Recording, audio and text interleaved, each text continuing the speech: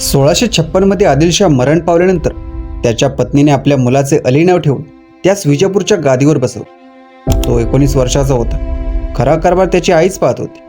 मोऱ्यांचा निकाल शिवरायांनी लावल्यापासून विजापूर दरबारावर संकटांची मालिकाच कुसळू लागली। औरंगजेबाने विजापूरवर आक्रमण करून त्यांना राज्य वाचवण्यासाठी मोगलांशी तह करण्यास भाग पाडले। त्याप्रमाणे 24 ऑगस्ट 1657 रोजी आदिलशाहने औरंगजेबाशी तह केला। इतक्यात दिल्लीचा बादशाह शहाजहान आजारी पडल्याची बातमी औरंगजेबाला समजली। म्हणून औरंगजेबाने आपली दक्षिणेकडील मोहीम आटोपती घेतली व त्याने सरळ दिल्लीची वाट धरली। इकडे बड्या साहेबांनी विजापूर दरबार भरवला आणि त्यात शिवाजीराजांच्या पारिपत्याचा विचार केला। शिवाजीराजांना शासन करावे हे दरबारात ठरले व ही कामगिरी दिप्पाड सरदार अफजल खान याचवर सोपवण्यात आली। अफजल खानाने शिवाजीराजांना जिवंत पकडून आणतो असे भर दरबारात बडे साहेबांना सांगितले असे परमानंद म्हणतात। तेव्हा बडे साहेबांनी त्यास कानमंत्र दिला की शिवाजीराजांचा पराभव करून त्यास ठार मारावे। अफजल खानाने ही कामगिरी मोठ्या उत्साहाने स्वीकारली आणि तो पूर्वतयारी करू लागला। बरोबर 12,000 कसले अरबांचे घोडदळ, प्रचंड तोफखाना आणि कडव्या पठाणांचे आणि अफगाणांचे सहस्त्रवादी पायदळ घेतले व सन 1659च्या सप्टेंबर महिन्यात त्याने विजापूरहून प्रयाण केले। शिवरायांचे वास्तव्य त्यावेळी पुण्यात होते, म्हणून खानाने तिकडेच जाण्याचा रोग धरला। वाटेत पंढरपूर, मानकेश्वर, करंबक, भोसे, शंभू महादेव या ठिकाणी हिंदूंची देवालय त्याने उद्ध्वस्त केली। अफजल खान आपला नाश करण्यास येत आहे आणि त्याने आपला वध करावा अशी सूचना त्याला बडे साहेबांकडून मिळाली आहे हे राजांना माहीत होते। त्यांनी वेंगुर्ल्याच्या पाठवलेल्या 5 मे 1660च्या पत्रात ही माहिती दिलेली आहे। शिवरायांना ही माहिती त्यांच्या दरबारातील गुप्तहेरांकडून समजली। आदिलशाहचा दरबारी चरित्रकार सय्यद नरुल्ला हा आपल्या तारिक-ई-अली या फारसी भाषेत लिहिलेल्या ग्रंथात शिवरायांना मारण्यासाठी अफजल खान स्वारीवर धाडला अशी माहिती देतो। सुलताना बडी साहेबाने मावळातील सर्व देशमुखांकडे दरबारी फरमाने पाठवून अफजल खानास मदत करण्याचा हुकूम दिला। खान वाईला आल्याची बातमी येताच राजे पुणे सोडून प्रतापगडावर येऊन राहिले। उघड्या मैदानापेक्षा पहाडी मुलकात खानाला कोंडीत पकडण्याचा डाव राजांनी टाकला। खानाचे सैन्य वाईपासून महाबळेश्वरपर्यंत पसरले होते। राजांकडे सैन्य थोडे होते। राजांनी आपली फौज दाट झाडीतून खोऱ्यातून लपून पुढील पावले उचलली। पुढे पावसाळ्यात 4 महिने राजे जावळीच्या मुक्कामाला जाऊन बसले। अफजल खानाची टक्कर देण्यासाठी राज्यभर बंदोबस्त राखला। वाईला येऊन पोचल्यावर खानाने राजांच्या प्रदेशावर सर्व बाजूंनी आक्रमण करण्यास सुरुवात केली। विजापुरी सरदार जाधव यांनी सुपे प्रांतावर जरब बसवली। पांढऱ्याने शिरवळ, खराट्याने सासवड, हिलालाने पुणे आणि हबशी सैफ खानाने तळकोकण व्यापले। घाटमाता व कोकण या दोन्ही भागात खानाचे सैन्य धुमाकूळ घालत होते।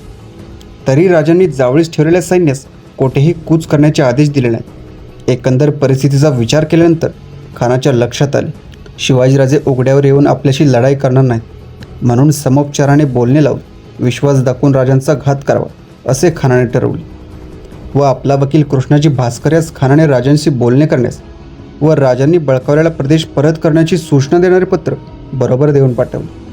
पूर्णपणे सावधानता राखून कृष्णाजी भास्करांची भेट घेण्याचा महाराजांनी निर्णय घेतला। आपल्याकडील वकील गोपीनाथ बोकील नावाच्या हुशार माणसास कृष्णाजी बरोबर परत वाई येते अफजल खानाकडे शिष्टाईसाठी रवाना केले। त्याने खानाच्या छावणीत जाऊन तेथील कानोसा घेतला व खानाच्या मनात दगा करण्याचे फार आहे हे राजांना सांगितले। तेव्हा राजांनी आपला मृत्यू घडला तर आपल्या मागे स्वराज्याचे कार्य कोणी कसे करावयाचे याच्या तपशिलावर सूचना आपल्या सहकाऱ्यांना दिल्या। राजांची भेट घेतल्याशिवाय खानाचे उद्दिष्ट साध्य होण्यासारखे नसल्यामुळे तो हळूहळू आपला आग्रह सोडून राजांच्या अटीवर प्रतापगडाच्या माचीवर उभारलेल्या श्यामेण्यात येऊन भेटण्यास तयार झाला। राजांनी खानाकरता एक उत्तम वाट तयार केली। वाटेच्या दुतर्फा जंगलात आपली हत्यारबंद माणसे झाडीत लपवून ठेवण्याची व्यवस्था राजांनी केली। अफजल खानाचे मन वळवून त्याला जावळीत आणण्यात राजांनी मुत्सद्दीपणाची कमाल केली। आपण फार घाबरलो आहोत। वाईला येण्याची आपली हिंमत नाही। आपण पराक्रमी आहात। आपण मला काकांसारखे आहात। मी आपला सगळा मुलूक देतो। फक्त आपण जावळीला येऊन मला आदिलशाहकडे घेऊन जावे आणि मला माफी मिळवून द्यावी। अशा प्रकारचे राजांनी खानाचे मन वळवले आणि तो झपाट्याने जावळीला निघाला असे परमानंद म्हणतात। शिवाजीराजे आपल्याला घाबरले असे समजून अफजल खान आपला लवाजमा व आपले सरदार बरोबर घेऊन प्रतापगडाच्या पायथ्याशी पोचला व डेरे देऊन राहिला। त्यानंतर मध्ये 1 दिवस आड करून भेटीचा दिवस ठरला। परमानंद सांगतात की भेटीच्या अटी ठरल्या त्या पुढीलप्रमाणे: आपले सैन्य जसे आहे तसे ठेवून एकट्या अफजल खानाने सशस्त्र निघावे आणि पालखीत बसून पुढे जावे. त्याच्या सेवेसाठी 2-3 सेवकच असावे. तसेच त्याने प्रतापगडाच्या माचीजवळ स्वतःहून येऊन सभामंडपात वाट पाहत राहावे आणि राजांनी सशस्त्र येऊन त्या पाहुण्यांचा आदर सत्कार गौरवाने यथाविधी करावा. दोघांच्या रक्षणासाठी सज्ज, स्वामिनिष्ठ, शूर व निष्ठावान अशा 10 सैनिकांनी बाणाच्या टप्प्यावर येऊन उभे राहावे आणि दोघांनीही भेटल्यावर खलबत करावे. खानाच्या भेटीसाठी राजांनी पोशाख केला, अंगात कवच घातले, त्यावर जरीची कुडती घातली, डोईस मंदिल बांधले, त्यात तोडा बांधला, हातात एक बिचवा घेतला आणि बरोबर मर्द सरदार जीवा महालायच घेतले. त्याजवळ एक पट्टा, फिरंग व ढाल दिली. अफजल खानाने गुप्त कट्यार बाळगली होती, ती त्याने कमरेत खोवली होती. त्याजवळ तलवारही होती. नेताजी पालकर यांच्याकडे खानाचे वाईकडील सैन्य रोखण्याची कामगिरी दिली. पारघाट व कोकण बाजू मोरोपंत पेशव्यांकडे सुपूर्द केली. सदरेच्या जागेच्या जवळपास रानात बांदल व सेलिमकरांचे सैन्य दबा धरून बसवले. खानाने दगा दिलाच तर दग्याचा संदेश प्रतापगडावरून तोफेचा आवाज करून द्यायचा. हा संकेत ऐकल्यावर प्रत्येकाने आपल्यावर सोपवलेली कामगिरी पार पाडायची असे राजांनी हुकूम दिले होते. आपले काही बरे वाईट झाले तर मंत्रिमंडळाने आपला पुत्र संभाजी यास राजा करून मातोश्रींच्या सल्ल्याने राज्य चालवावे अशा सूचना प्रधानमंडळास दिल्या. राजे यांनी यथासांग पूजा आटोपली, जेवण घेतले आणि किल्ल्यावरील सर्व मंडळींचा निरोप घेऊन राजे शृंगारलेल्या पालखीत बसून खानाच्या भेटीस चालले. भेटीचा दिवस गुरुवार 10 नोव्हेंबर 1659 हा ठरला. त्या दिवशी ठरल्याप्रमाणे खान आपल्यासोबत सरदार सय्यद बंडास घेऊन निघाला. राजांनी सय्यद बंडास पाहिल्यावर त्यास दूर पाठवण्यास सुचवले. खानाने ते मान्य केले. भेटीच्या शामियानाची सजावट राजेशाही होती. डंका नौबती वाजू लागले, करणे शिंगाचा नाद घुमला, तुताऱ्यांचा घोष झाला. राजे आल्याची वर्दी आली. राजे यांना पाहताच आलिंगन देण्याकरता खान त्वरेने पुढे झाला. त्याने राजे यांना झटकन जवळ ओढले आणि राजांची मान डाव्या हाताने धरून उजव्या हाताने त्यांच्या कुशीत कट्यार खुपसली. चिलकतामुळे राजे जखमी झाले नाहीत. त्यांनी आपली मान सोडून घेतली आणि स्वतःजवळील खंजीर खानाच्या पोटात खुपसलं. त्यामुळे खानाची आतडी बाहेर आली. सशक्त खानाने आपली आतडी हाताने दाबून धरली व खान दगा दगा म्हणून ओरडला.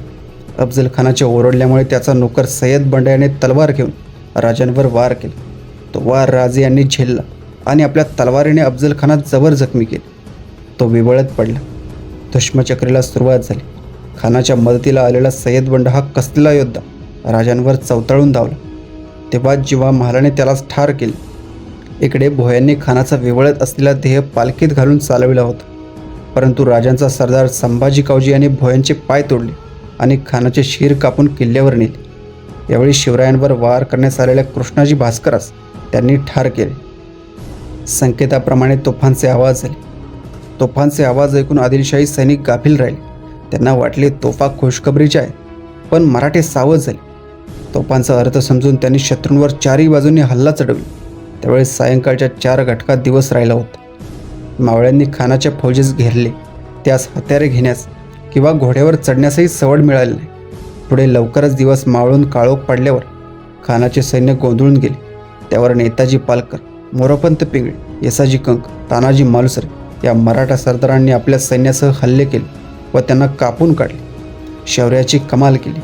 खानाच्या फौजेची दानादान होऊन त्याचे पुष्कळ द्रव्य व सामान राजे यांच्या हाती आले. खानाचे निशाण, नगारा, 95 हत्ती, 4000 घोडे, उंट, 30 तोफा, शिवाय सामान, जड जवाहीर वगैरे 10 लाखांची अमाप संपत्ती शिवाजीराजांना मिळाली. लढाईत जखमी झालेल्या आपल्या सैनिकांची राजे यांनी विचारपूस केली. लढाईत जे मारले गेले त्यांच्या कुटुंबीय मंडळींची सर्व व्यवस्था सरकारातून करण्याची आज्ञा दिली. खंडोजी खोपडे नावाच्या मावळे सरदाराने द्रव्याच्या लालचीने शत्रूस मिळून अफजल खानाचा मुलगा फाजल खान याला सुरक्षितपणे कराड येथे पोचवले. हे राजांना समजताच त्यांनी खंडोजी खोपड्यास पकडून आणून त्याचा एक हात व एक पाय तोडले. अचाट कल्पकता, साहस, प्रसंगावधान इत्यादी थोर पुरुषांच्या अंगी असणारे गुण राजांमध्ये आहेत अशी लोकांची खात्री झाली. राजांची गणना अद्वितीय पुरुषांत होऊ लागली.